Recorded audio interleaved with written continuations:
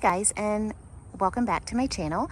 Today I am over at my neighbor's garden. She gave me permission to film and show y'all just some of the beautiful things that she has going on. So her garden is always gorgeous, but I thought especially this time of year, it just looks really pretty. And I thought you might like to check it out. So in the center, she has this beautiful queen palm, and we are in zone 9B.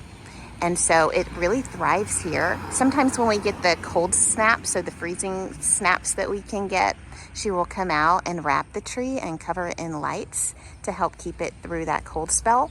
And just doing that has really allowed this plant to thrive and make a beautiful vertical accent piece for her garden. Over here in the center, let's start with this guy, the guest of honor. She has this, is it a pelican? A pelican that is sitting next to the palm tree and also providing just, you know, visual interest and also a vertical element as well. So I really love that she has him. She's had him for a little while. Now on the border, she has these beautiful vinca, and I believe she started them from seed. Vincas are a great bang for your buck plant. I've never grown them in my garden, although I'm really tempted to after I see how well they've done here. They love her full sun, and so I just think they're perfect for her location because she has sun from morning until nighttime, and so this plant is just loving its life over here. You can see these delicate blooms. They've got pink ones, and there's like periwinkle ones, and then these light pink ones that she has, and I think there's even some white. Yeah, there's some white over there, and altogether it's just a really nice delicate mix on these really like sturdy stems. And so the plants are just this beautiful mixture of sturdiness and delicacy, and they overflow. I mean, look how much they're overflowing her border. So it just provides a nice soft, just a nice softness. So I really love that. Now she has these vincas sprinkled all throughout. You can see some in the back there, and they go all the way around to the other side. Here in the front, I just love how they spill over, and then they go all the way on that side as well. So she's got a gorgeous mix of that border edge. And when you start them from seed, which, like I say, I believe that she has done, it's a great way to get a lot of volume in the garden covered for a pretty good price than buying a fully established or started plant. So we also see she's got these foxtail ferns. Now, I love foxtail ferns. They love our zone 9B. And these started, I saw that when she first started them, they were pretty small, but they take off pretty quick. She's got 3 of them here in the front. So just planting in 3s and kind of putting them on the edge there really softens the corner. And it also adds nice texture because these really do feel like little baby Christmas trees. And what's cool about these is that they love sun and they love shade, and you see them all over our city because they're such a great low maintenance evergreen plant.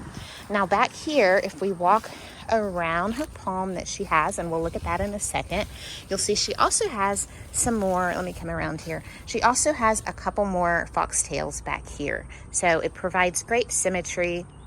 2 in the back, the 3 in the front. Nice symmetry overall to the garden. Tucked in also, we can see that she has these grasses. Now, what I love about these grasses is the contrasting texture with the other plants, particularly the ferns. Contrasting texture, but similar form. So like a long wispy form. So it provides beautiful cohesiveness to the garden, and also some color in a non-floral way. So the variegations, the white, it's kind of like a little burst of brightness to this corner and everywhere that she has them tucked. So you can see a few back over there as well. Coming back around, there is a different little plant. I'm not sure what this guy is. I think he's been here for a while. I feel like I may have come over at some point and watered these when she had more of them, but it's kind of like a little surprise. A little showpiece surprise there, that yellow, that burst of yellow. All right, so right now we are under her date palm. So if we look up, this is her date palm, and I always like looking at a palm from underneath. You can just see its nice, beautiful circumference, adding great, I want to say space, but just taking up good space in the garden and helping it to look full. Now, at some point, there were 3 of these guys, and one of them died in a freeze that we had some years ago. It was right there. You can see where she's cut it back, but the plant hasn't missed a beat at all. It's continued to thrive. Here, I'll back up so you can see just how good it's looking. All right, that's how good it's looking. And so this palm is going to be shorter, of course, compared with the queen palm that we have there in the front. So the other thing I wanted to show you guys was here in the center. She has 1, 2, and over there is 3 of these knockout roses, and hers are in a, I don't know what we call this color. It's like lipstick pink to me, but hot pink, hot reddish pink. Anyway, when it's blooming and it's full blooming, it's absolutely gorgeous. And I don't know how long she's had these in the ground.